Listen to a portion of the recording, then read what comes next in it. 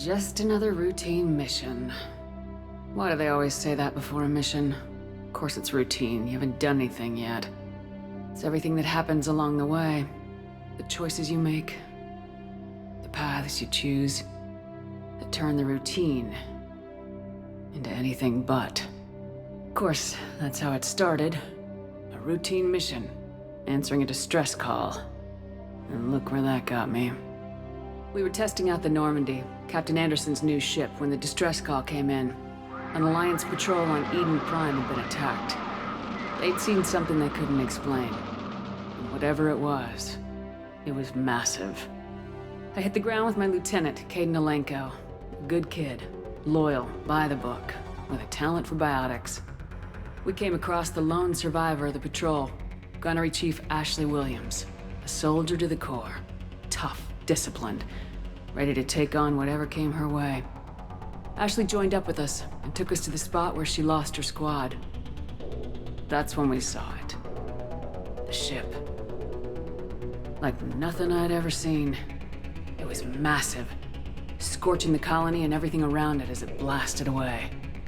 We followed the path of destruction to an artifact, a beacon left by a long-dead race called the Protheans. The colony had dug it up, and whoever attacked them had tried to take it. Lieutenant Alenko made the mistake of getting too close. Hit him with some type of energy. I grabbed him and threw him out of the way. That's when it hit me. Hard. Every muscle in my body went rigid. I couldn't move, could barely breathe. Everything went black. And then I saw something. A vision. Dream. A nightmare. By the time I woke up, we were halfway to the Citadel on our way to meet the Council. I was expected to explain what I'd seen. Anderson came along. So did Udina, our political representative on the Citadel. With those two heavyweights, it seemed reasonable we could persuade the Council that the ship we'd seen was a potential threat. As was the individual behind the attacks. The main suspect for the Eden Prime massacre was a Turian Spectre named Saren. He'd been seen by one of the survivors from the colony at Eden Prime, and there was some evidence to suggest that the ship was connected to Saren. But even Udina's pointed accusations weren't enough to convince the Council. They just couldn't believe one of their chosen elite Spectres could be guilty of something like that. They needed proof, which meant I needed proof. Fortunately, I wasn't alone in my search. Garrus, another Turian, wanted to help. A top agent for Citadel security. Despite orders from his superiors that he shouldn't get involved, he told me he was suspicious of Saren and he had some useful leads. More importantly, he was willing to share them. That led me to Rex, the biggest, nastiest looking Krogan bounty hunter I'd ever seen. He turned out to be more than just a brute. It was his intel that led us to a fugitive with incriminating evidence on Saren. The fugitive turned out to be an energetic little Quarian named Tali. A tech expert with a knack for hacking, she'd procured some information on Saren. Evidence that proved Saren was dirty. Tali's evidence proved that Saren was responsible for the massacre on Eden Prime, and the immense warship we'd spotted was in fact Saren's flagship. But it went much further. Saren was trying to find a way to bring back a race of sentient machines from dark space. Machines allegedly responsible for cleansing the galaxy of all organic life. These Reapers were blamed for wiping out all life 50,000 years ago, including the Protheans, then disappearing back through the mass relays to dark space, leaving no trace that they'd ever been. That explained why Saren was after the beacon, and it made some sense out of my visions, but not much else. We couldn't convince the Council that the Reapers were a threat. But they agreed Saren had to be stopped. They stripped him of his Spectre status and gave me the honor of becoming the first human Spectre. My first task? Bring down Saren. Anderson decided to stay behind, giving up his ship, the Normandy. He told me I'd need it more than he would. He also pointed me in a direction. Liara. A Prothean expert, adept in biotics, and maybe most importantly, daughter of Benezia, Saren's top lieutenant. And like most Asari, as beautiful as she is intelligent, and born with a unique ability to meld with other species. Liara was able to help me decipher some of the vision the beacon had given me. Nothing concrete, but it gave me some clues. And a new appreciation for the Asari. Her technique for accessing my vision was unexpected, but not at all unpleasant. Kaidan was a little concerned about the connection I shared with Liara. As commander, I knew either relationship had the potential to interfere with the mission. I told Liara about how I felt. Apparently, she felt it too. But we agreed we wouldn't let it get in the way of our mission, finding Saren. Thanks to Liara's help, we had our next lead, Benezia. Saren had taken her to Noveria, where he'd enslaved the queen of a dangerous race of insect-like creatures, the Rachni.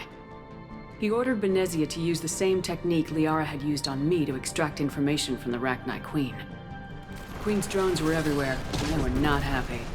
We had to fight through hundreds of them to get to Benezia. By the time we arrived, Saren was gone, with the information. I tried to reason with Benezia, but Saren had indoctrinated her. He had somehow acquired the ability to control people's actions and wills.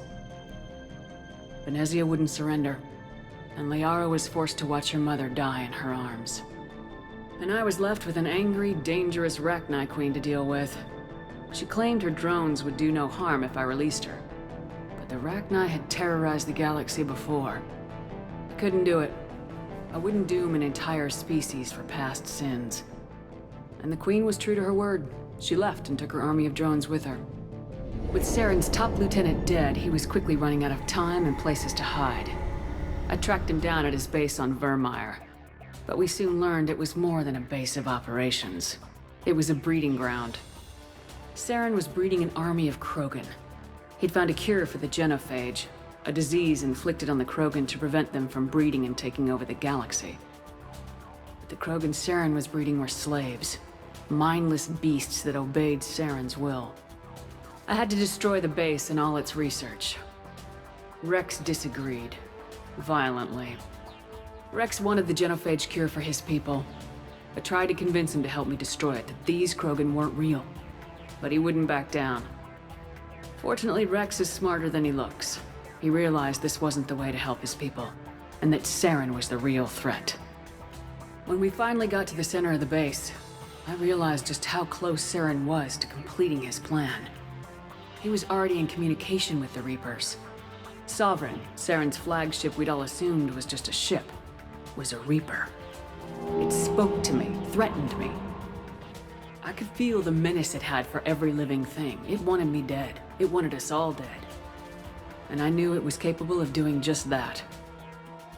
What I couldn't understand was why Saren would help it. But there was no time to think about it. Sovereign knew where we were. We had to destroy the base and get the hell out. I split my team into 2 squads, sending Ash with one and Kaidan with the other as a distraction.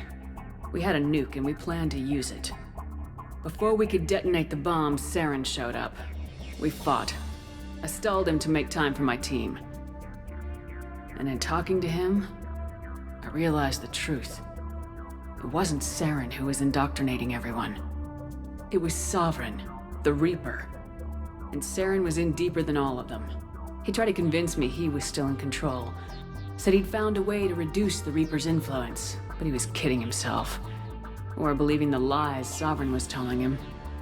Before I could convince him to stop, he ran, leaving me just seconds to extract my squad mates.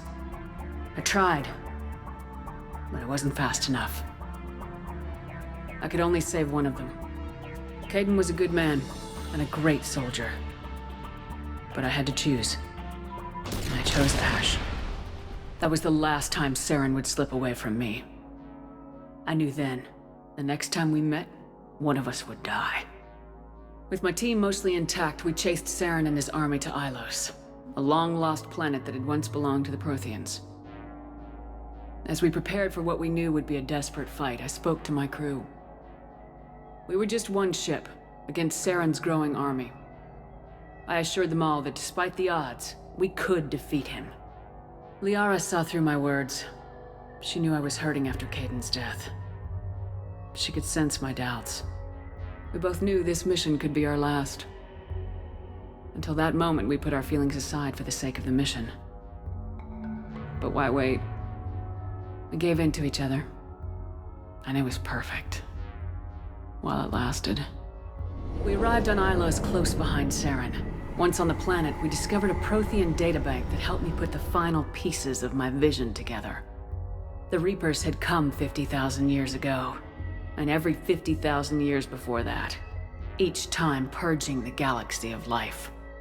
The Protheans had fought and died like every species before them, but a few survived long enough to leave a parting gift. The Protheans had discovered that the Citadel was the key to controlling the mass relays.